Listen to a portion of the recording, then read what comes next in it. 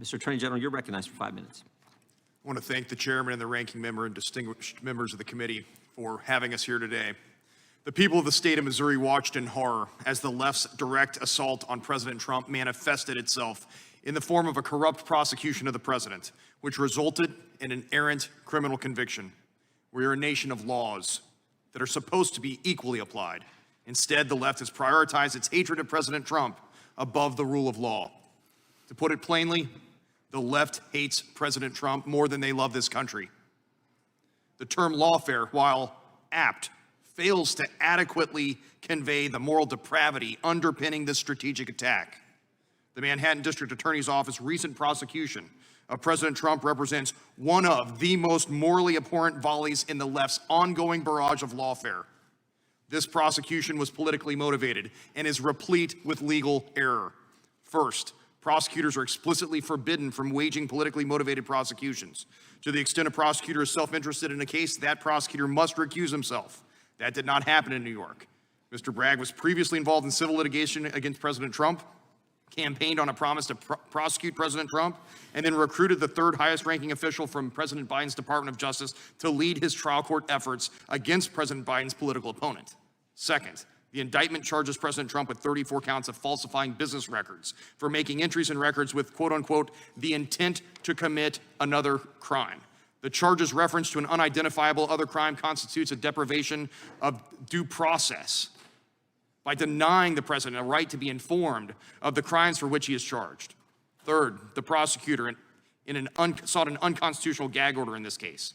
There's a strong presumption against gag orders as violative of an individual's First Amendment right to free speech. Bear in mind, the right to free speech protects not only the speaker, but Americans' right to hear from a presidential candidate.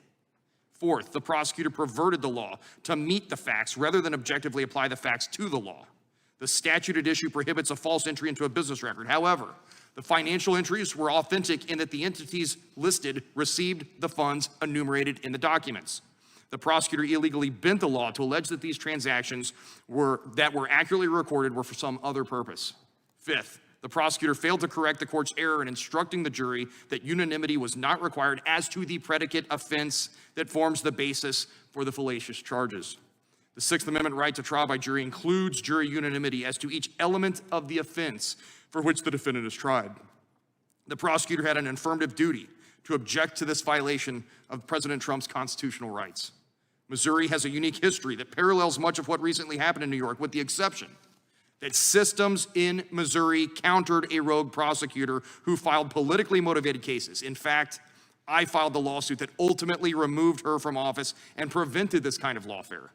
George Soros has repeatedly funded progressive prosecutors who wreak havoc on the criminal justice system at every level. Not only do they prosecute political opponents, but they refuse to prosecute actual violent crimes happening in our communities.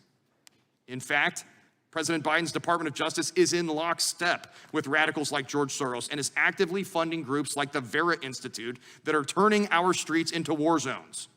The Vera Institute, a progressive organization dedicated to undermining criminal prosecution in the United States, receives tens of millions of dollars in federal funds annually.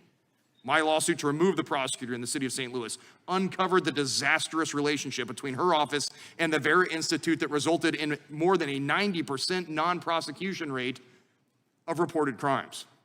Meanwhile, the St. Louis prosecutor had to be disqualified from cases in which she was politically motivated. Missouri's systems worked in that the judiciary prevented her political witch hunts, and my lawsuit removed her from office after she neglected to prosecute violent crime. The same systems failed in New York. George Soros has funded Alvin Bragg's candidacy, and under his watch, the Manhattan District Attorney's Office has partnered with the Vera Institute. And in this case, the judiciary in New York failed to disqualify Alvin Bragg from his case against President Trump. These facts, coupled with the federal and state prosecutions that have yet to play out, display a level of collusion never seen before between a corrupt Department of Justice and illicitly motivated state prosecutors. I believe the investigations and subsequent prosecutions of President Trump have been illegally conducted in coordination with the Department of Justice. That is why my office demanded communications between the DOJ, Alvin Bragg, Letitia James, Jack Smith, or Fani Willis related to the investigation or prosecution of former President Donald Trump. In order to protect the rights of all Missourians who plan to participate in the 2024 presidential election, the state of Missouri has the right to know what extent the prosecutions of prominent presidential candidates are being coordinated by the federal government, which is currently run by President Trump's primary political opponent. The credibility of our criminal justice system has been undermined and hangs in the balance. If we are to protect the rule of law, we must end the lawfare against President Trump.